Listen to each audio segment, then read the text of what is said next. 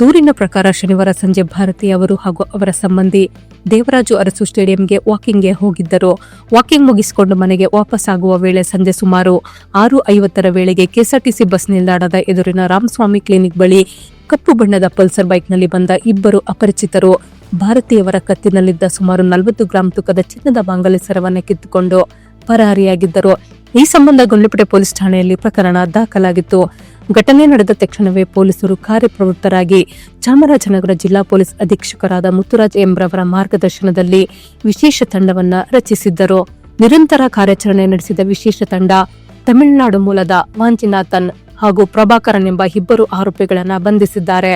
ಬಂಧಿತರಿಂದ ಭಾರತಿ ಅವರಿಂದ ಕಸಿದುಕೊಂಡಿದ್ದ ಚಿನ್ನದ ಮಾಂಗಲ್ಯ ಸರ, ಕಳ್ಳತನ ಮಾಡಿದ ಪಲ್ಸರ್ ಬೈಕ್ ಸೇರಿದಂತೆ ಸುಮಾರು 8 ಲಕ್ಷ ರು ಮೌಲ್ಯದ ಚಿನ್ನಾಭರಣಗಳು ಮತ್ತು ವಾಹನಗಳನ್ನು ವಶಪಡಿಸಿಕೊಳ್ಳಲಾಗಿದೆ. ವಿಚಾರಣೆಯಿಂದ ಆರೋಪಿಗಳು ತಮಿಳುನಾಡಿನ ವಿವಿಧ ಪ್ರದೇಶಗಳಲ್ಲಿ ಸರಗಳ್ಳತನ ಹಾಗೂ ಇತರ ಕಳ್ಳತನ ಪ್ರಕರಣಗಳಲ್ಲಿ ಭಾಗಿಯಾಗಿರುವುದು ತಿಳಿದು ಬಂದಿದ್ದು, ಹೆಚ್ಚಿನ ವಿಚಾರಣೆ ಮುಂದುವರಿಸಲಾಗಿದೆ.